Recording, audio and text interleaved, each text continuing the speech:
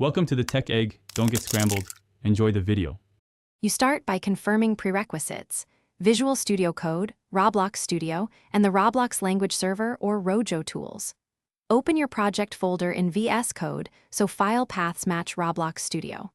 Once done, install the recommended extensions and Node.js if you plan to use Rojo or NPM scripts. You should also initialize Git now to track changes. This early setup saves time because VS Code will index symbols and extensions will communicate with. You now configure the middle steps.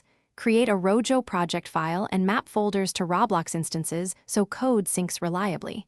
Then enable the Roblox language server and set Lua. Workspace. Library to include Roblox types, choose the correct runtime. Once configured, add tasks. JSON entries for build and deploy commands so you can push changes with a single keystroke. Make sure to test a small script and confirm Rojo syncs into Roblox Studio. This proves your pipeline works before larger edits. You finish by running a full deploy and verifying the scripts inside Roblox Studio, then run playtests to confirm behavior. If something fails, inspect the extension logs and the output panel for Rojo and the language server to see mapping or compilation errors.